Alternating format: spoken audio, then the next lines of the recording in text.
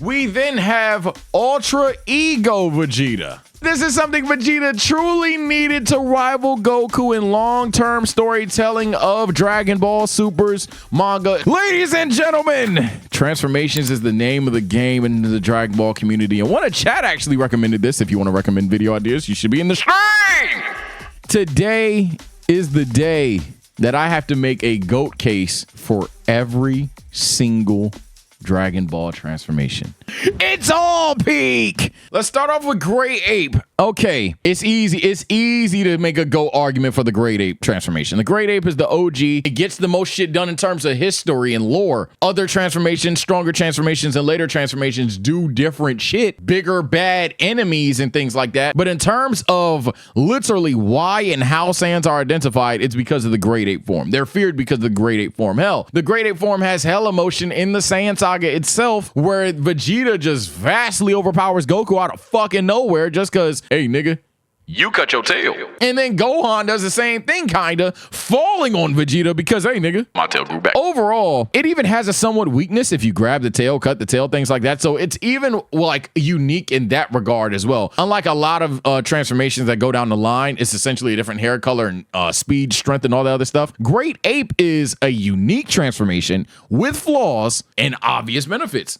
That's easy GOAT argument. It's the OG. This next one, I don't think I have to do a lot to explain how it could be the GOAT. The question is, to many, is it actually the GOAT? Super Saiyan.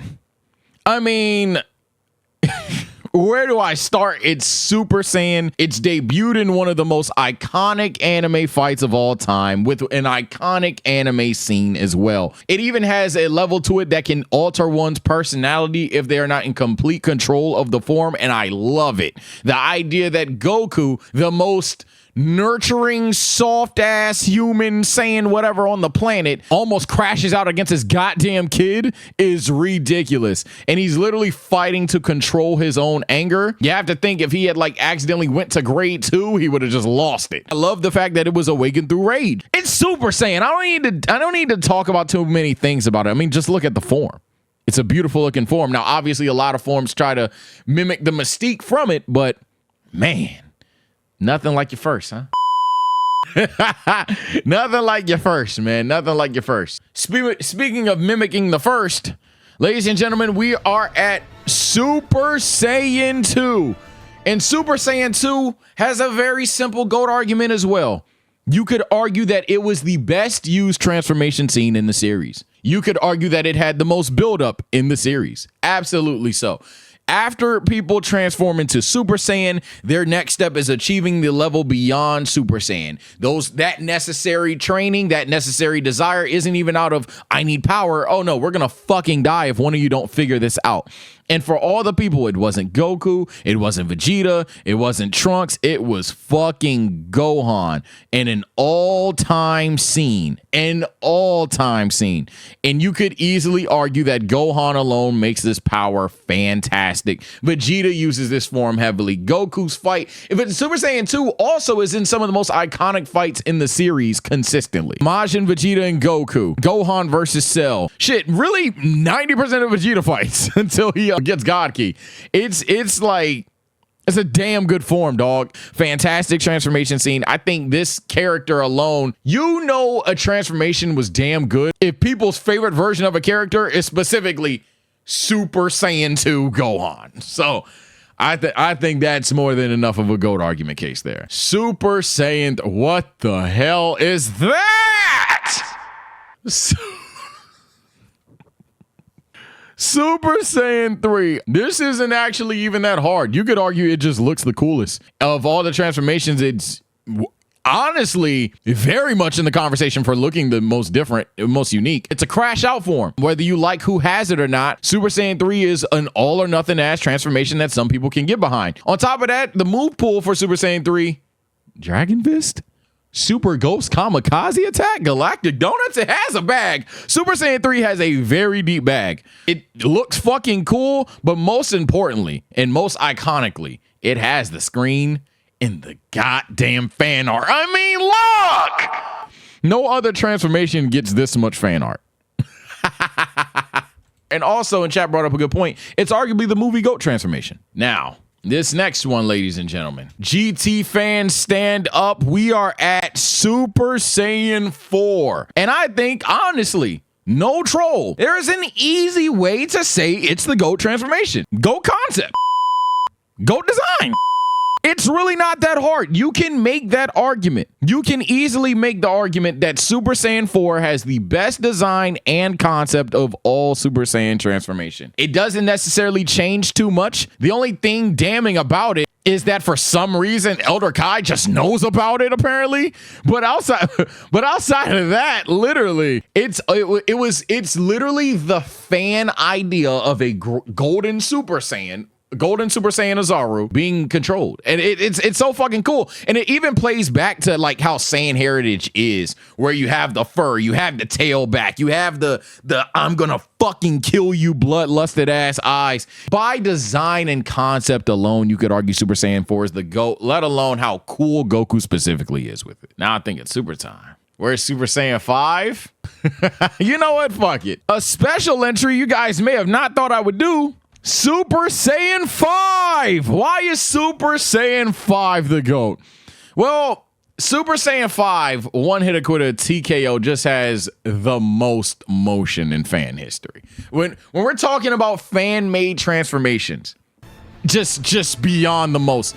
Everyone talks about Super Saiyan 5 and they all design it the same way. Literally, even this guy who did it wrong almost mirrors all of the designs. Everyone who's seen Super Saiyan 5 has said, oh, that's brilliant. That's the idea. That's the wave, and we're running with it. So Super Saiyan 5 off of just, honestly, aura. Super Saiyan 5 could be the GOAT transformation. Now let's head into Dragon Ball Super. Yes, I know I'm skipping some forms like Frieza's form, Cell's form, all these other things. We might go back later on. I don't know. I don't care. Now let's go to Super Saiyan God. The debut transformation of the debut transformation of Dragon Ball Super. God, I'm not gonna lie. The calm aesthetic works. It's a unique transformation in its entirety. And all you have to do is like the idea of the ritual, especially given the fact that Goku, the first Super Saiyan God, is the reason the ritual could even exist.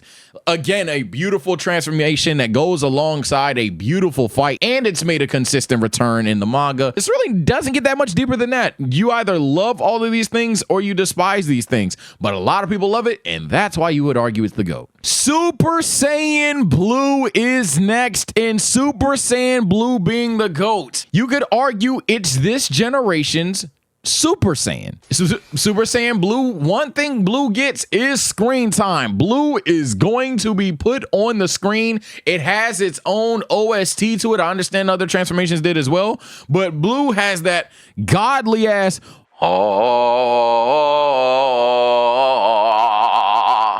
collecting dub after dub after dub after dub after dub. Hey, it's literally a great concept to the point where it was such a good concept, they literally renamed it for the casual. This is really known as Super Saiyan God Super Saiyan. In the manga, this form is getting a Zenkai boost because Mastered Blue, where Goku is damn near Hakkaiing motherfuckers, is awesome. If you're a win-loss guy, Super Saiyan Blue is your transformation. If you like Super Saiyan Blue and think red's a better color, there you go. If you like Super Saiyan Blue, but red is your favorite color, ladies and gentlemen, do I got the transformation for you. As well as Rose, I would even say, has a bag, has a voice changing modifier to it. And it's the first time that our antagonist gets a Super Saiyan transformation.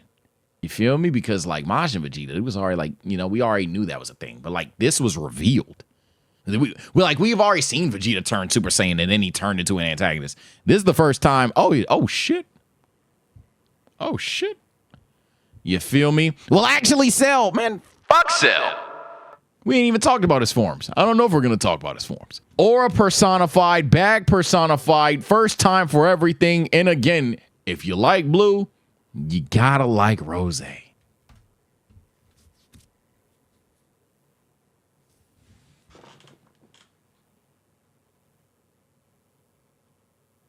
Approximately 10 hours later. If you have anger issues, this is the form for you. Now, I know that the legendary Super Saiyan, the first Super Saiyan, was a form awakened with rage, but it clearly doesn't stand on that business because this is the form known as Super Saiyan Rage. And not only is this the form known as Super Saiyan Rage, but this form has attributes unknown to the universe. And it looks cool. It's literally like this form. Is it God Key? Is it anger? Is it hybrid fusions? And can he use the spirit bomb? We don't know. And that's the thing about it. If Gary Stu incarnate was a transformation, you have Super Saiyan Rage. And I think mystery is good in Dragon Ball for the most mysterious character in Dragon Ball. And that is why Super Saiyan Rage works with Trunks and could be the GOAT. Blues Clues, nigga. Scooby-Doo. Mystery Incorporated. A very iconic form, an internet-breaking form, Ultra Instinct. I mean, if I have to explain how this could possibly be the GOAT, we're bored. This literally broke the internet. You could not use Twitter. Crunchyroll was down. I know that's happened in the past to a lot of you guys, but hey, man, it didn't happen like how it did this night. This shit was actually crazy. On top of that, it generates its own OST, iconic OST, arguably the best OST of all the Dragon Ball transformations. It arguably has the weirdest, like, coolness factor of it, as this nigga has dodge hacks. This is the first Saiyan transformation with objective hacks in it. Like Goku, Vegeta, all these other characters, they've had hacks before, 100%. But unique to the transformation, this nigga just weave, just cuz vibes. It's just a thing now. Also has a very unique awakening as this nigga literally fell in a goddamn spirit bomb. And it's not even the final form, but it looks cooler than the final form. All you have to do is say that you like how it's more down to earth, not over the top. Instead of all this hair change, hair spike shit, it's the eyes, man. Makes Goku look like he means every sense of the word business. I said sentence, should have said letter. But yeah, there's many reasons why Ultra Instinct Omen could be seen as the GOAT. I don't even think that's any like hyperbole. And if Omen is in consideration for the GOAT, then Mastered Ultra Instinct really has to be in consideration for the GOAT. For my manga niggas, you niggas will see this and have a fucking field day. The shit that he does here, I'm not gonna spoil that, but yeah, this nigga's absurd. So Mastered Ultra Instinct definitely has a GOAT case. If you like Omen, you want to see a form that gets the wins that you desire, as well as keep the dodge hacks in the past. And hell, if you even think that the white hair is cooler, this is the GOAT for you. Before we leave the Tournament of Power, we have Vegeta Blue Evolved. If you like Blue, the evolved version of Blue has to stand out because it's bluer. It's literally a stronger version of Blue. Vegeta doing things his own way, unique to fucking Ultra Instinct, and it's the embodiment of what a character like Vegeta would do. Rather than follow Goku left, right, and center, he did it his own way, and he improved on the Saiyan transformation of these things, which is why it's so intellectually thought out. Has an amazing callback to the Final Flash, has an amazing callback to the Boo Explosion Final Atonement, but not really, but Final Atonement. And yeah, we then have Ultra Ego Vegeta. Ultra Ego Vegeta. I mean, it's in the fucking name. It's 100% a unique transformation to Vegeta. It has its own hacks per se without spoiling. It's a condition per se.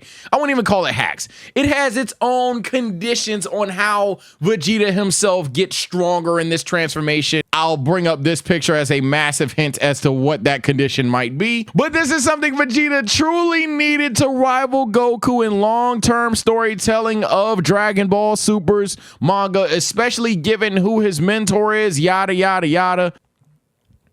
I think this is an easy GOAT argument. Before you guys get mad, I'm going to run some of the antagonists here. Starting off with Frieza, man.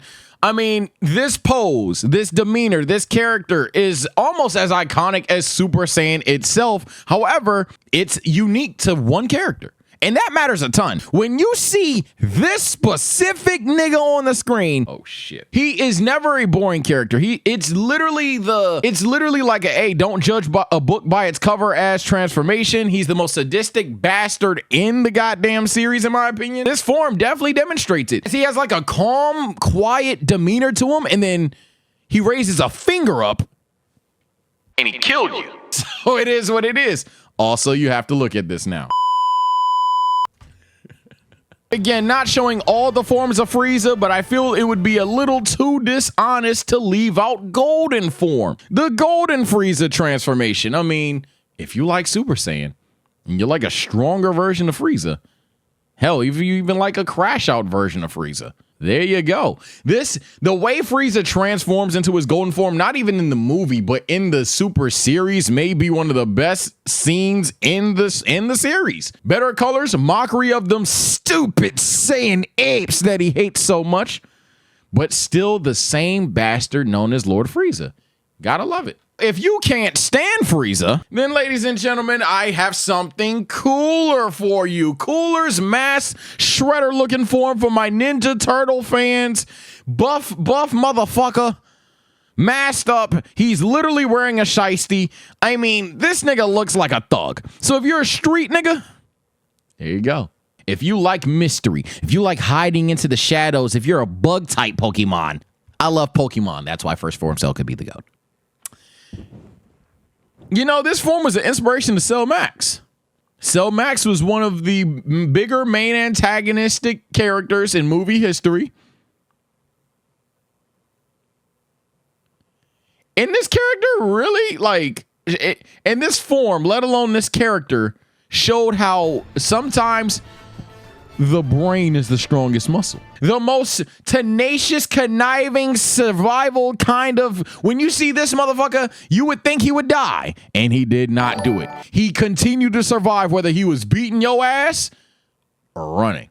You could argue it's the GOAT, but all GOATs don't have to be perfect. Ladies and gentlemen, now we're at Perfect Form Cell. Perfect Cell, I mean, it's perfect. Has a song to it. Shout out DBZA. Has given us one of the better characters in series history. Some go overrated, but then some people are stupid. And I think those people that call this guy overrated are stupid because he's literally perfect. How is it overrated? It's perfect. It's literally a form that tells you it's perfect. I don't need to say anything else. Majin Buu, Fat Buu specifically, any idea that Dragon Ball was fat phobic is gone with this transformation and character. A silly guy, a fucking fat tot is the strongest nigga in the U, and he only gets stronger and stronger and stronger as time goes on. He's a literally walking, talking hubba bubba.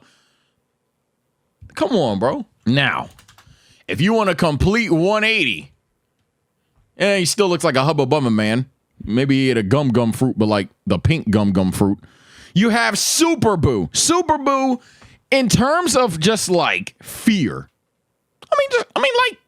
Look, I understand that Perfect Cell and First Form Cell did some crazy shit. I understand Frieza was the most feared in the universe.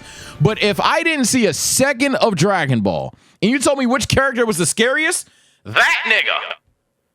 That guy right there. The dude that's sitting here looking at me like he has absolutely nothing to lose.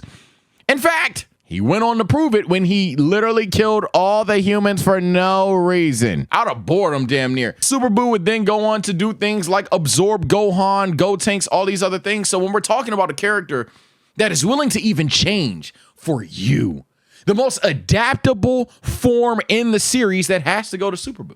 You're afraid of that, nigga. I hear you. But if you watch the show, you know the answer of who you fear the most. This nigga is... This nigga... He killed people in heaven. He killed people. Then went to heaven. And killed them again. If you are any level of Black Air Force energy, menace to society, demon timing, I just like violence and crash out, this is without a doubt your GOAT. All right, y'all, so that's gonna do it, man. Maybe next time we'll do literally every transformation. But yeah, man, These are all totally all the transformations, like all of them. Like there's not possibly any that we left out. Like there's totally no reason to comment that we left out these forms, because it's not like we had other things to do and we just decided that these things did not exist. So I can say I did all of them. And movie forms are canon. Take care, stay blessed, bye!